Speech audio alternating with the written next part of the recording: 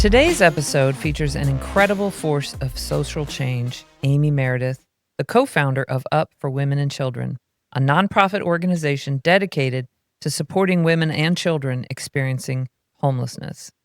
Since launching in 2018, Amy has led the organization with unwavering passion, transforming Up into a vital resource for community safety and support. With over 2 decades of experience in business development, Amy brings a unique blend of entrepreneurial insight and a heart for the service to everything she does.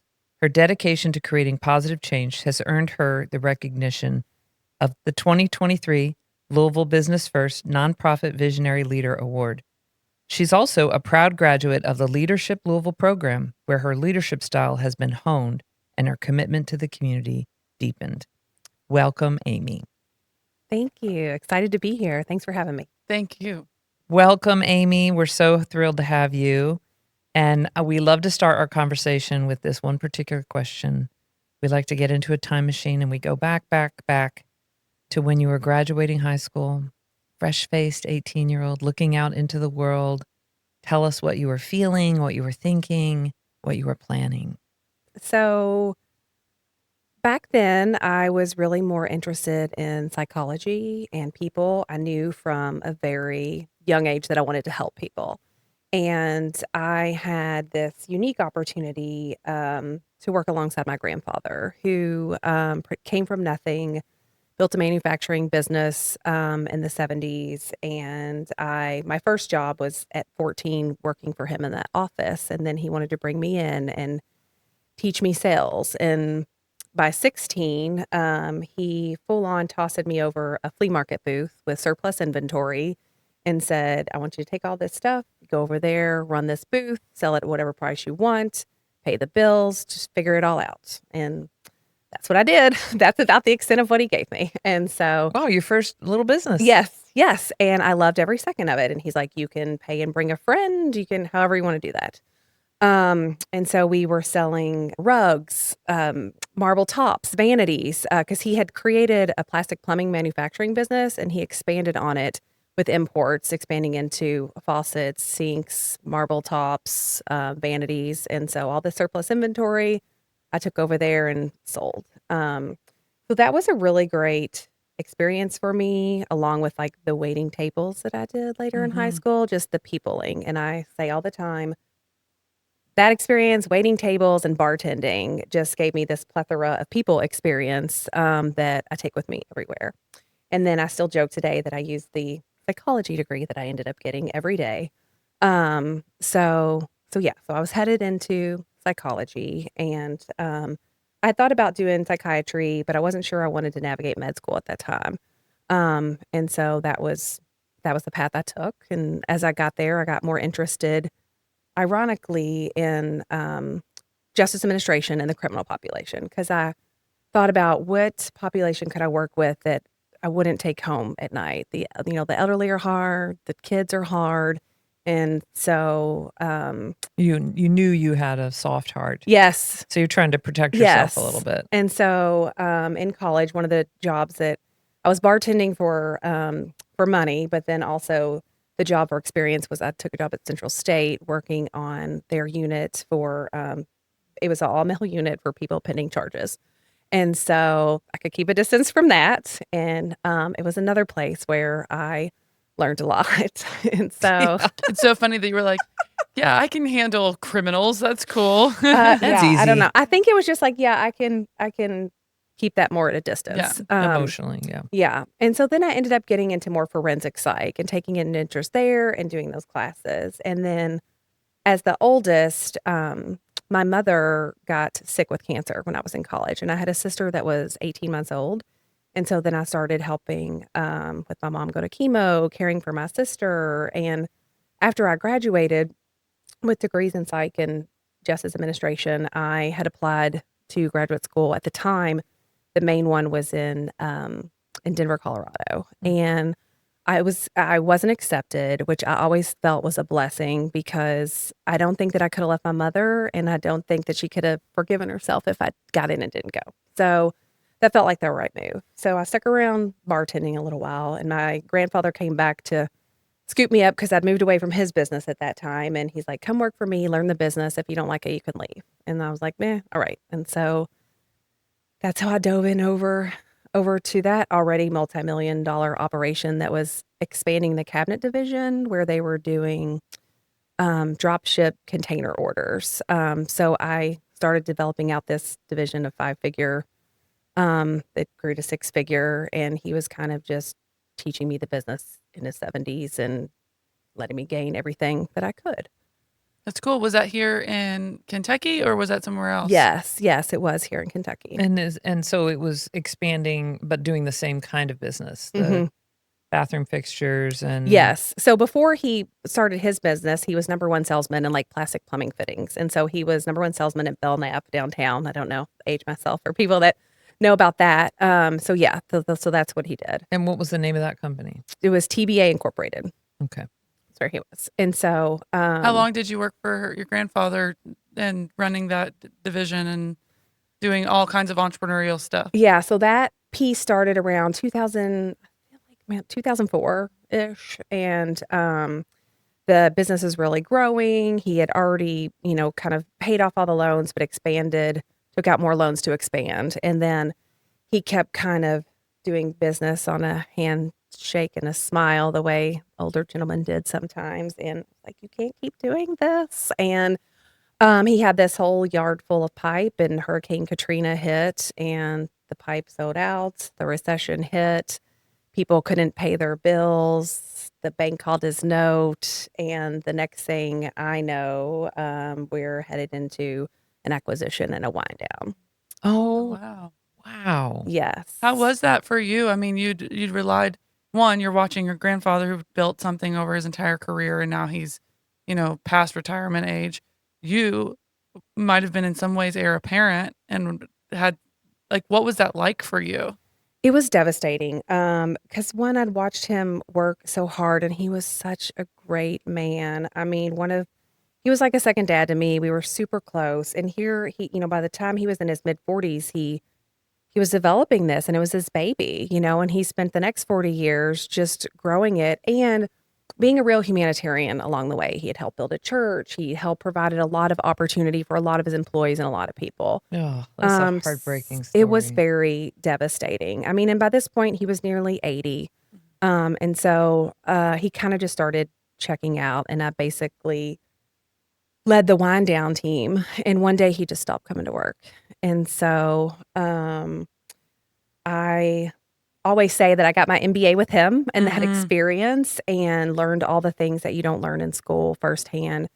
So I helped wind down that business to secure his position of keeping his house and his farm and all those pieces. And then What an incredible responsibility. Like, you've told me two things, and it's like, it's not a surprise that you said you were an oldest daughter, and yet you were taking care of your baby younger sister and your mother and now your grandfather. Good I mean, Lord. No wonder my you're taking- goodness. Well, no, she's and- still taking care of people. Yeah, I But by know. this point, see, okay, I had married, and so the last year of winding down the business was 2011. And in February 2011, I delivered my second born.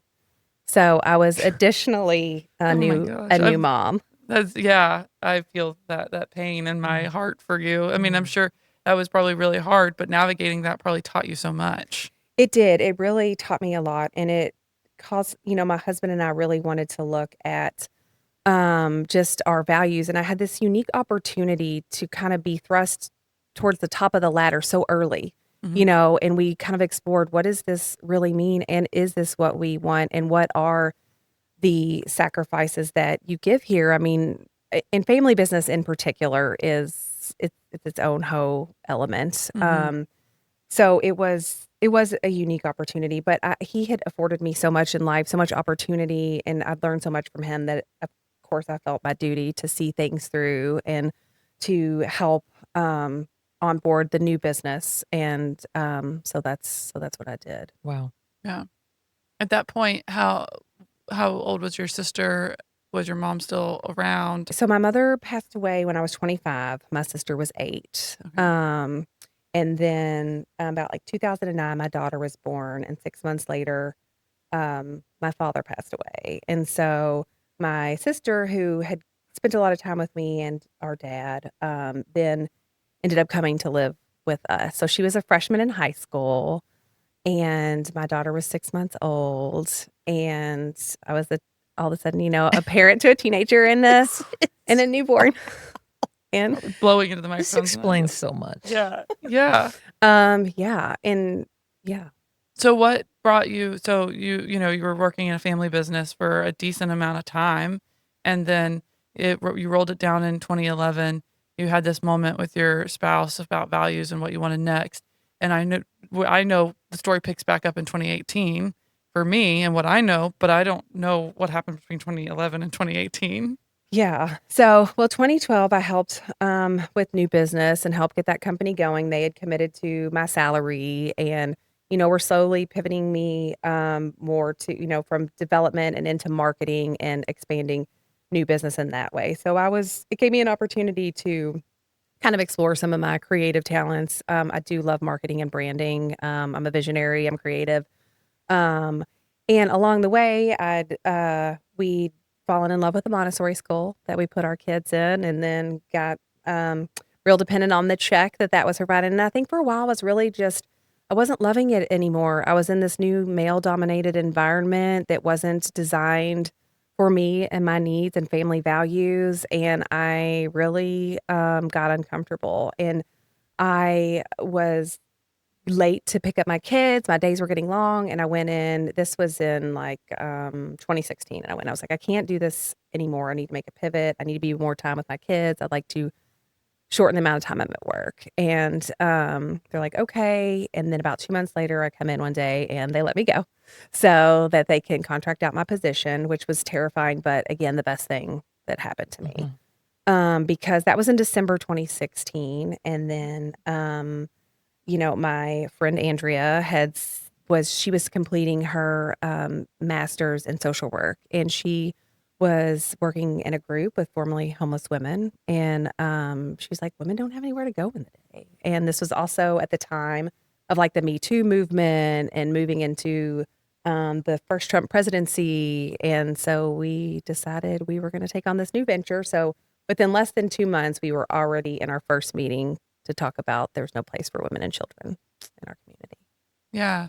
Wow. That was a lot to go through, but it was a courageous thing. I feel like we have several women who have told us that their like entrepreneurial impetus story or their renegade story starts with a layoff. And I think now I'm having this moment in thought process, which is like you are providing income and consistency and stability, and we bear that responsibility sometimes as women to just be what our family and needs and our consistency needs. And that layoff gives you like that kick in the pants of like, well, stability was a fallacy, so I might as well create it myself, Yeah. And then couple that with like the loss of both of my parents, although, their guidance might not have been the specific guidance I would have wanted, but then just not that added layer of not having those people that force to remind you like, hey, are you happy? Is this where you want to be going? And so I don't think that I was really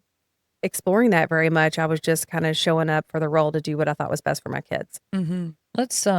Let's pick apart a little bit what you were talking about the shelter system. I think it's a really specific thing you guys are creating, and you kind of just touched on it, but you didn't really tease it out a little bit. Help people understand why your shelter is unique in our community. Yeah. So this was early 2017, and there were limited resources for women, and a lot of people don't understand. And we're talking about homeless women, yes, specifically. for women and children experiencing homelessness. A lot of people don't understand if you're in emergency overnight shelter, you have to leave during the day, which is more displacement. It creates additional issues. And so you have to leave early in the morning and you can't come back till like dinner time. And so there were literally stories of like women bathing in the river, hanging out in the library. There wasn't a place to go. And what we learned was that through their experience with trauma, women were often avoiding services if they felt that their safety or well-being was compromised. So were there options for men in our community Yeah. and there was not for women? Yes. And how about children also? There was not? So there are places for like fleeing domestic violence. We know the Center for Women and Family, but that's the region's only resource. It's always, that can't fully meet the need either.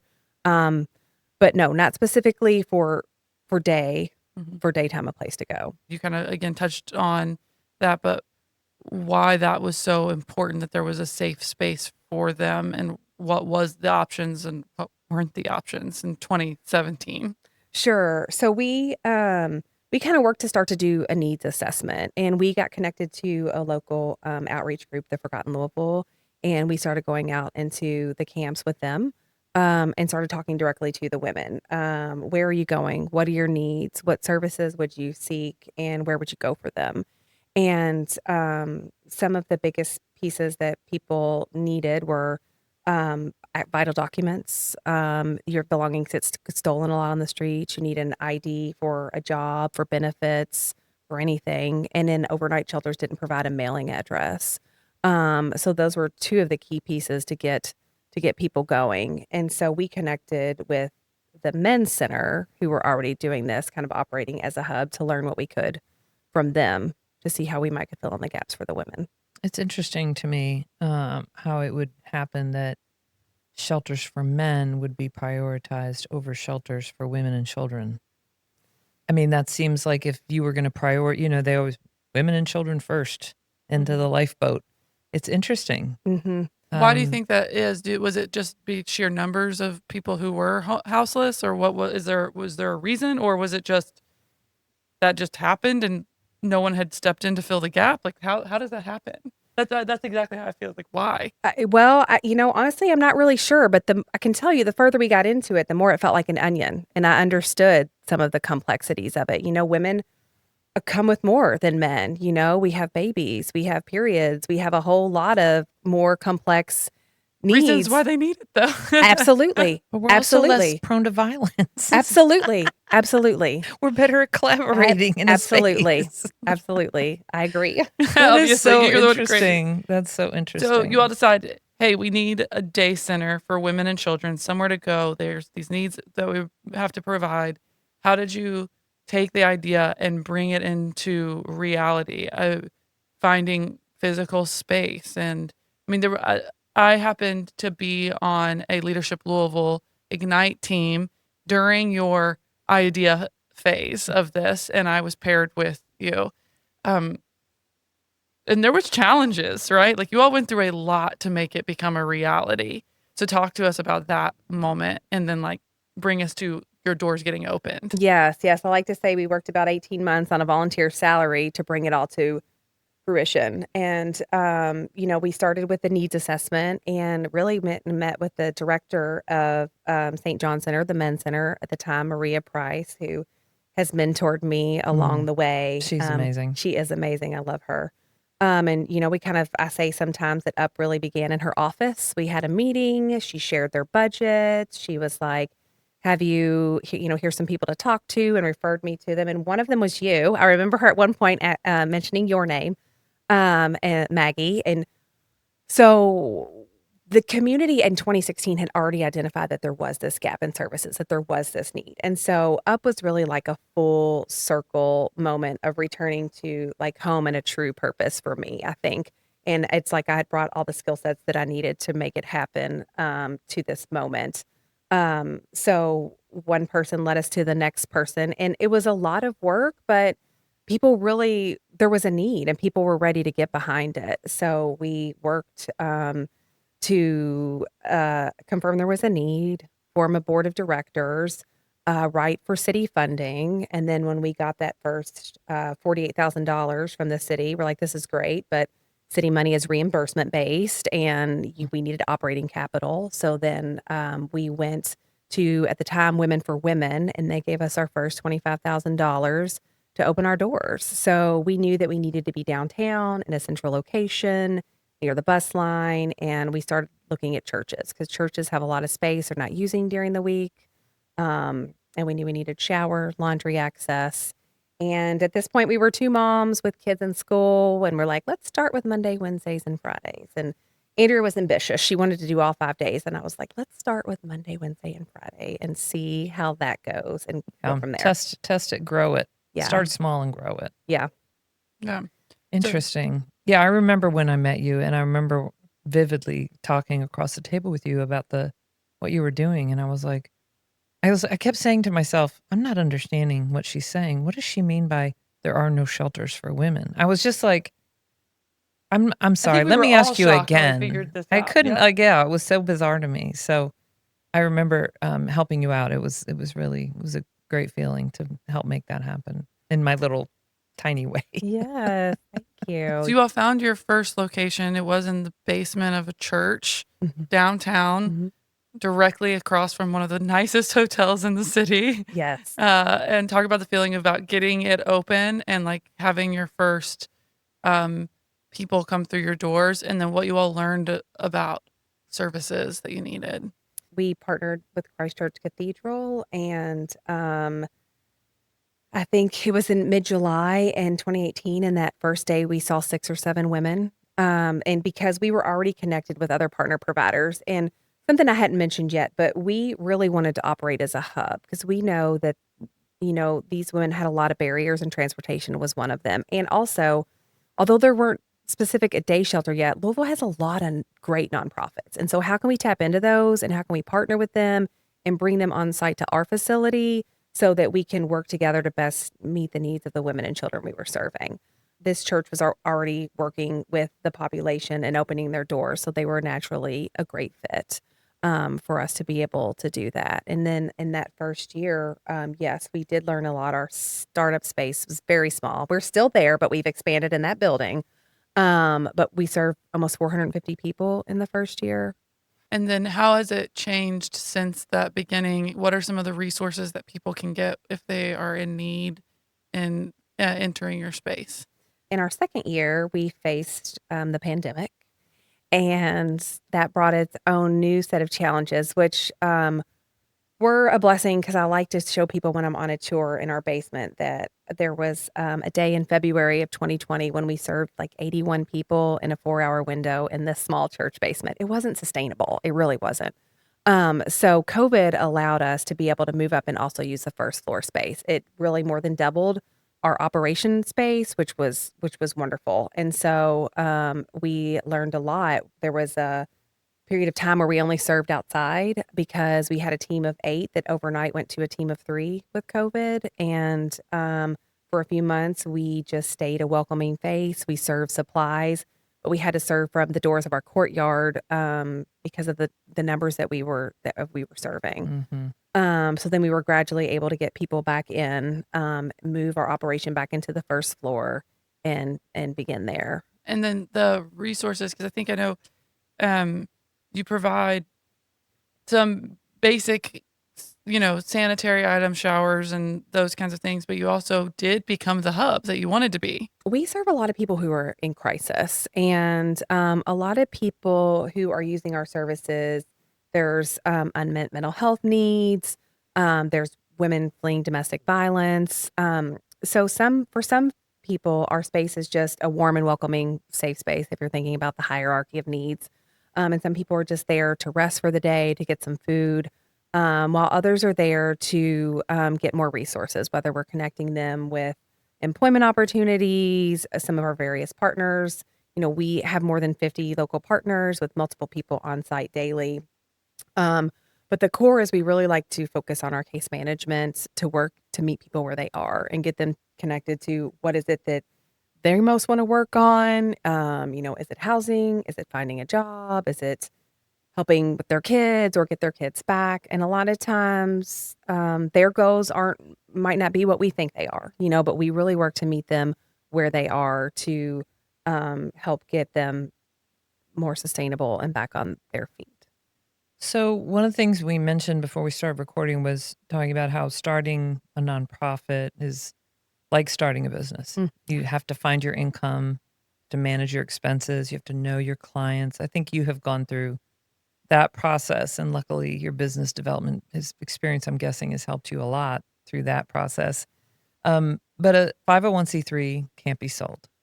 So anyone out there who's like, this sounds dreamy, helping people and starting a business. Yes, yes, it's dreamy, but just keep that in mind. It can't be sold. So once you retire, you hand it off or it closes. Um, I'm curious though, if you have advice for someone out there who's like, I do want to start a nonprofit. I do want to be a part of the solution. There's so much need. It's a constant fire hose of bad news about all the things that our citizens need. What advice would you give someone who's thinking about this adventure? I will say that this has really been the most rewarding experience of my life. And this journey has taught me so much. I meet the most amazing people, the most amazing women, from our clients to our volunteers to our partners. And, but then I also would say a lot, especially in the early days, you say you want to start a nonprofit, but you don't really know what all that entails. And just like in entrepreneurship, you begin to eat, sleep, and breathe it, and then you throw in a pandemic, and it just keeps growing, and you see the need for your services increase every year, and it just becomes this thing that's bigger than you. So another thing that I've always said is good support will make or break you. So, do your research, understand what you are getting into, but also finding other people who want to support you in that, because there are so many amazing people in our community that do want to give back, that do want to be part of the solution, that do like the opportunity to support efforts like this. And so yeah, just get support, get mentorship, do your needs assessment. Mm. When starting a nonprofit, normally funding is, a big barrier. You talked a little bit about the first grant that you got with $25,000. What does that journey look like for you now? How much of your time are you actually spending as a fundraiser? Not enough, because we've been in this big period of growth. And I was thinking about this earlier.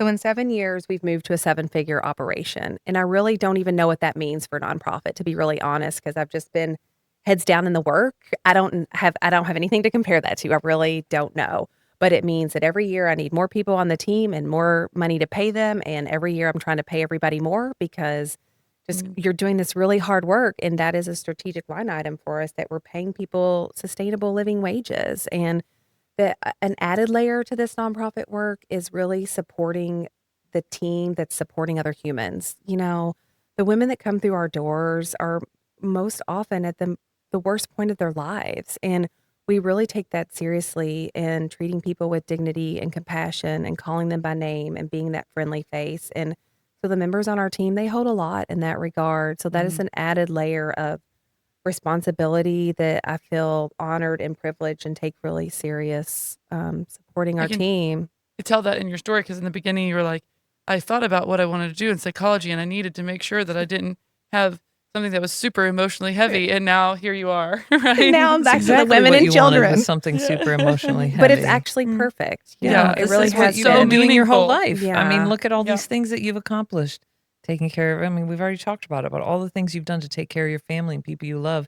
This is just an extension of that. So, like, what you were meant to do is the hard stuff. As a business owner, I'm going to call you a business owner. I think it's important for you to. Business owners have to take care of themselves. They have to recharge themselves. You can't take care of your staff, and they can't take care of your clients unless you guys have that recharge. So how do you help yourself as a business owner? How do you sharpen your blade? Like, I know, for example, Jennifer Hancock with VOA is in a Vistage group. And, how do you make sure that you have that kind of like lift and help in what you're doing? I have been fortunate in that I've found some great mentorship in the community, and people that I've reached out to and just kind of like, hey, will you mentor me, help, support me through this, talk me through this. And then I have a variety of different support groups of varying women. And that's really key, the support in that, and having a safe space to talk with other leaders about the challenges that you face. You all know, as business owners, you face unique challenges. And then also just in this line of work, I feel like there's an added, the added challenge of all the things that we're facing now. I've said just this year, I feel like I have a whole new set of responsibilities, keeping up with executive orders, and what does this mean for our funding, and what does this mean for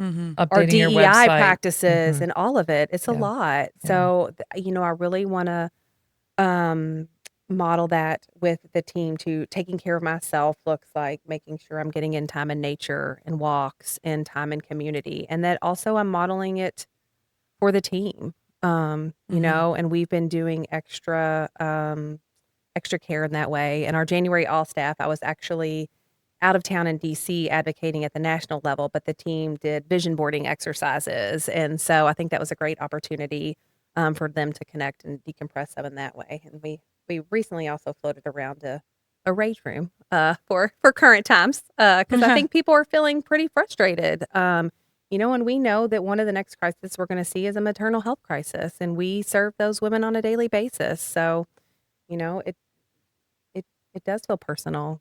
Yeah, I think that how can it not, right? Like we're women who want to support other women who are watching some things happen right now that are only going to harm. And from a fundraising standpoint and a funding standpoint, a lot of nonprofits and even things that are nonprofit but have missions are worried about their funding. How much of your all's funding is in any way, shape, or form somehow attached to government funding? And then what, like, as women, how can we support you, whether that be through funding or Volunteers. volunteerism? Like, what is that? What do you all need at a time such as this? And that could mean advocacy, that could mean money, that could mean volunteers. Like, how do we help? Yes, thank you so much for asking that. It's in each and all of those ways. And I didn't fully answer your question about the fundraising earlier. I'm getting back to that some more this year and connecting with the storytelling piece. But in the last year, we almost doubled our budget. So I definitely need to get back more on the fundraising piece. But since COVID, we've lost a lot of volunteerism. We had a lot of moms whose kids were in school and they didn't return, and volunteerism are kind of across the board is down since COVID. And so volunteering in shelter looks like helping us with sort the mail, pull supplies.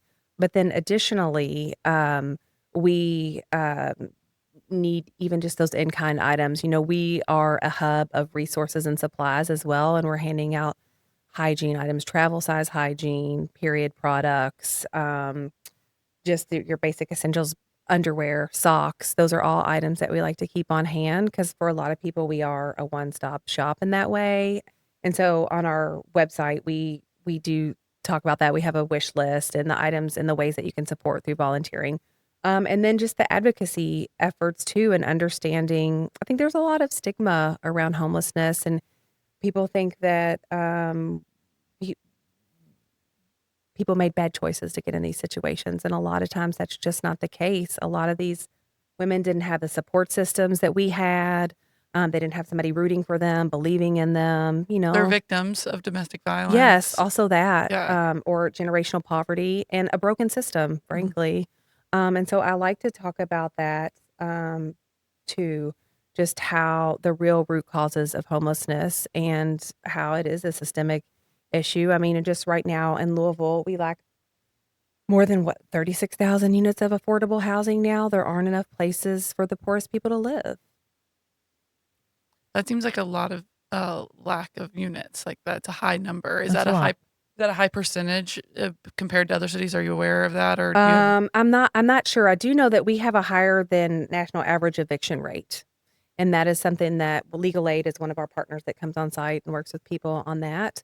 But at one point, Louisville had twice the national average of eviction rates. And when folks are on a fixed income, increasing that rapidly overnight just isn't doable for a lot of people. So is that where you need advocacy? Like if there was a specific thing and someone only interacted with us via this podcast, you never got to have a specific conversation, and you said, we need you to ask your legislators for this. Do you have the thing in mind? It's okay if you don't. I just was curious. There are a multitude of things Okay, there. What okay. I was advocating for in DC actually was more funding at the national level for $100 million a year for 5 years for women in shelter services, because we do need more funding. And historically, our funding is going down, and we are doing work that the government needs us to do. And frankly, other businesses thrive when we do this work. It's definitely a service that is needed. And because right now we have grown in our government funding, and we, for the first time last year, took on new programming around housing. And so we are now for the first time able to help women get housed who are fleeing domestic violence. And so we can pay their rents for the first time, which is huge. But again, that is funding that's under threat. But we know that's a way that we help end homelessness with housing. And so that was a big step for us to be able to put that in motion. And now we're starting to pay people's rents and just really hoping that we're going to get reimbursed for it. Open pay. Yeah. Yes. It's a nervous. That's a nervous laugh. So Yeah. there's a multitude of ways that people can help. We do need the time, talents, and treasure, whether it's supporting the supplies that we hand out regularly, volunteering the gift of our time. Our board is expanding. We need a new space.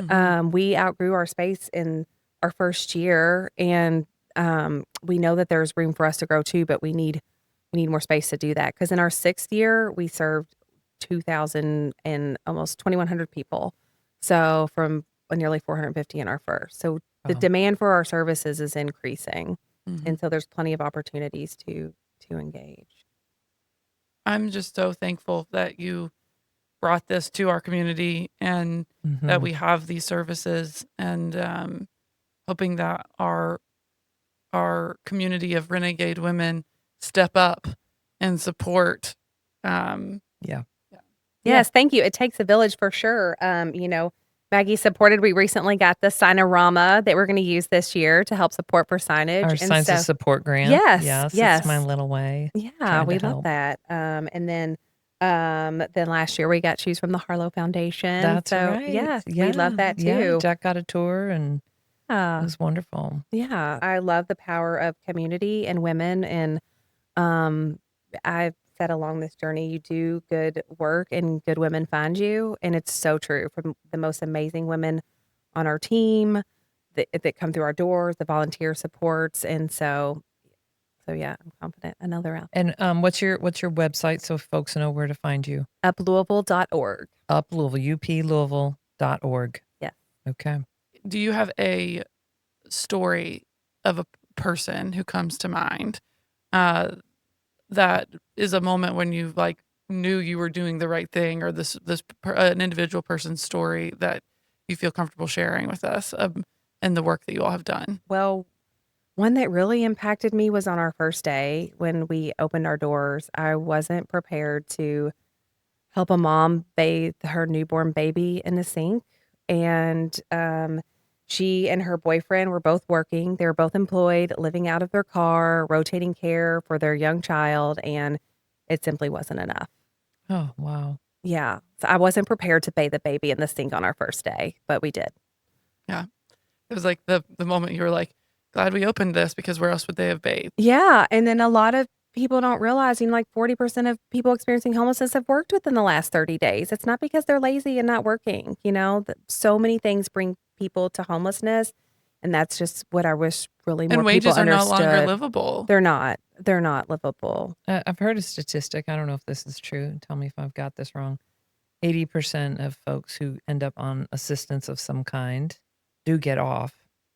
And there is a 20% that kind of has to, because of mental health issues or incapacities, can't work. But the majority of people who use these types of services do get off of them. Many do. I don't know that statistic specifically.